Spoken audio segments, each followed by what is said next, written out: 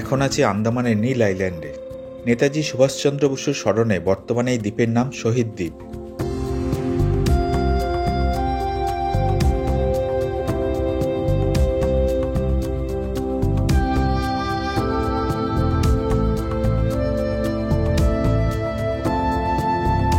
এই দ্বীপে একাধিক সমুদ্র সৈকত আছে। লক্ষণপুর ১ নম্বর সৈকতের পাশেই আমার থাকার হোটেল। সূর্যাস্ত দেখার জন্য এই সৈকত খুব বিখ্যাত। ওই সময় অনেক পর্যটক আসেন, সারাদিন কিন্তু ফাঁকাই থাকে। অনেক বড় বড় গাছের জঙ্গল এই দিকে। দূরে দেখা যাচ্ছে হ্যাভলক দ্বীপ। ওই ক্রুজটা সম্ভবত হ্যাভলকেই যাচ্ছে। কিছুক্ষণ পরে হোটেলে ফিরে এলাম। অনেক বড় হোটেল, প্রচুর ঘর, কটেজ, সুইমিং পুলও আছে। ৭,০০০ টাকা থেকে ট্যারিফ শুরু। আমার ঘরের ট্যারিফ ৮,০০০ টাকা। খুব ভালো ঘর, অনেক বড়, অনেকগুলো জানালা আছে। অল্প হলেও ঘর থেকে সমুদ্র দেখা যায়, সমুদ্রের পশ্চিম আর উত্তর দিক। বারান্দাটা আরো ভালো।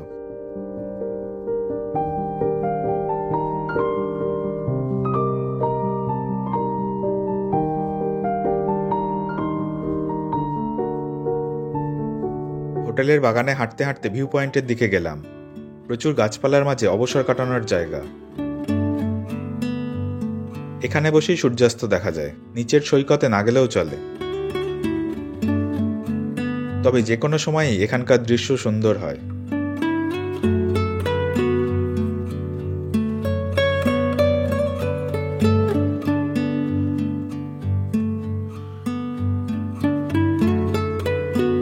আমি আন্দামান ভ্রমণের প্যাকেজ নিয়েছি eTripto.in ট্রাভেল এজেন্সি থেকে। ৬ দিনের প্যাকেজ পড়েছে ৩০,০০০ টাকার মতো। এর মধ্যে আছে গাড়ি, হোটেল, ক্রুজ, ওয়াটার স্পোর্টস, খাবার সহ যাবতীয় খরচ। ফ্লাইটের খরচ ধরা নেই। eTriptoর ওয়েবসাইট ও অন্যান্য যোগাযোগ মাধ্যম এই ভিডিওর ডেসক্রিপশনে দিয়েছি।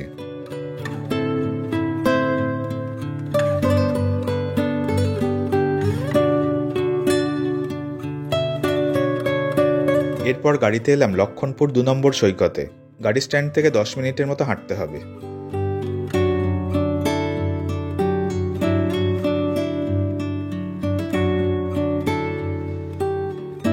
এখান থেকে বাঁদিকে কিছুটা হেঁটে গেলে পড়বে একটা প্রাকৃতিক ব্রিজ। ভাটার সময়ই যাওয়া যায়। প্রবালের ক্যালসিয়াম কার্বনেটের ফলে পুরো সৈকত এইরকম হয়ে আছে।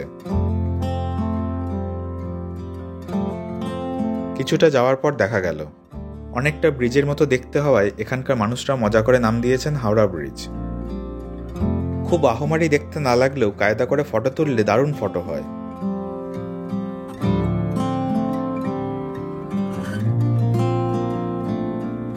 তবে এখানকার মূল আকর্ষণ আমার অন্য কিছু মনে হয়েছে।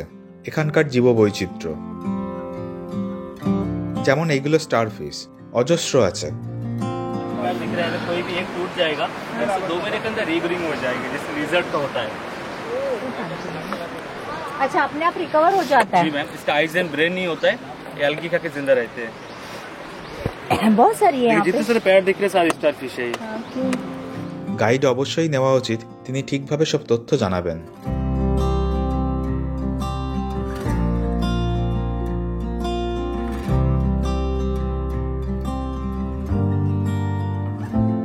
ভরতপুর সৈকতে এলাম। ওইদিকে ভরতপুর জেটি, ক্রুজ যাতায়াত করছে।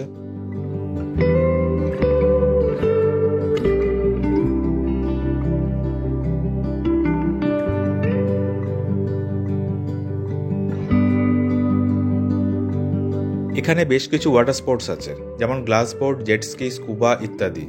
স্কুবার খরচ ৫,৫০০ টাকা।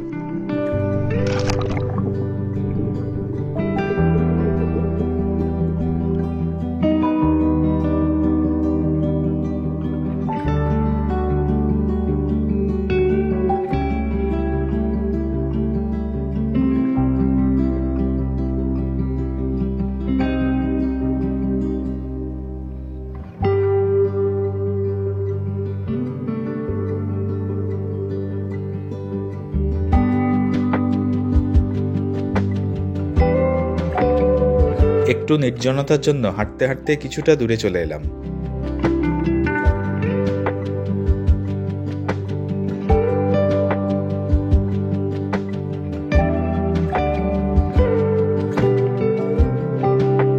এই দিকে অনেক রকম সামুদ্রিক প্রাণী ঘুরে বেড়াচ্ছে, তাই ভালো করে দেখে পা ফেলা উচিত।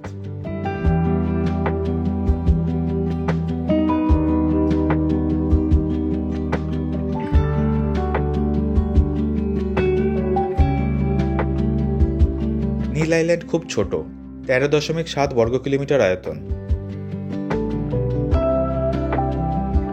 সমুদ্রে স্নান করার নির্দিষ্ট জায়গা আছে। এই পতাকার পরে আর কোথাও স্নান করা যাবে না। হয়তো নজরদারির সুবিধের জন্য এরকম ব্যবস্থা। এনারা জলে নামাতে লাইফগার্ডরা এসে বারণ করে গেলেন।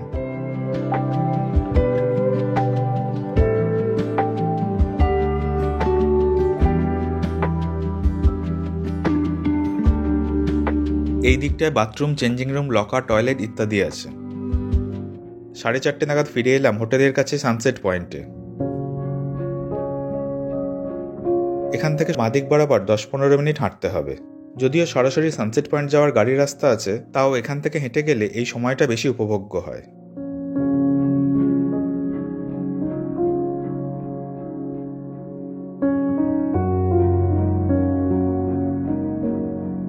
সূর্যাস্ত এখান থেকেই দেখা যায়, কিন্তু আমি বাঁদিক দিয়ে আরও হাঁটতে থাকলাম।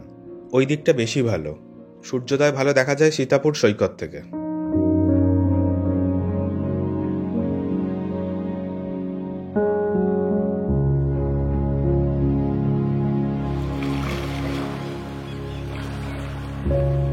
আমি এসেছি নভেম্বরের মাঝামাঝি করে। অক্টোবর থেকে মার্চ পর্যন্ত আন্দামান ঘোরার ভালো সময়, তবে শীতকালে বেশি উপভোগ্য হয়। এর ওপরেই আছে আমার হোটেলের ভিউ পয়েন্ট।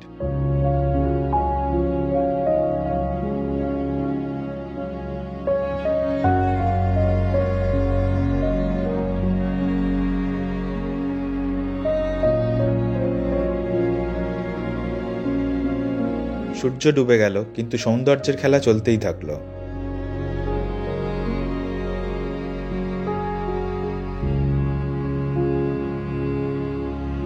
অন্ধকার হয়ে গেলে উঠে দাঁড়ালাম। এমনিতেও মশারা বসতে দিচ্ছিল না। এখানে মোমবাতির আলোয় অনেকে খাওয়া দাওয়া করছেন। জঙ্গলের মধ্যে হেঁটে হোটেলে ফিরলাম। মিনিট 10 সময় লাগলো।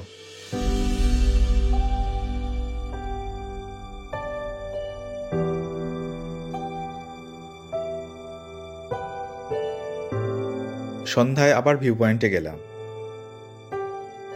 দূরে সম্ভবত পোর্ট ব্লেয়ার দেখা যাচ্ছে। নীল থেকে পোর্ট ব্লেয়ার মাত্র 36 কিলোমিটার দূরে। এনারা এখন ক্যান্ডেল লাইট ডিনার করবেন।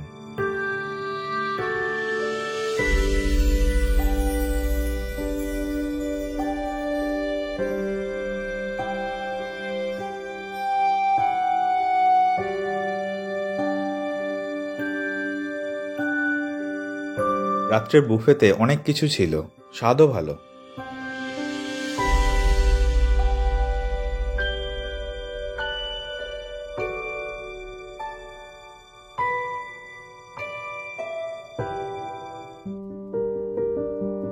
সকালে কিছুক্ষণ ঘোরাঘুরি করে জলখাবার খেতে গেলাম।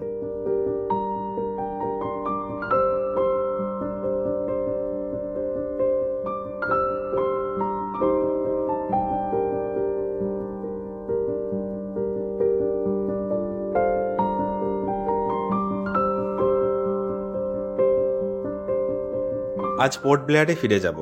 এরপর লাগেজ নিয়ে ভরতপুর এলাম। গেট খুললে অনেকটা হেঁটে ক্রুজের কাছে গেলাম। নটিকা ক্রুজে যাব।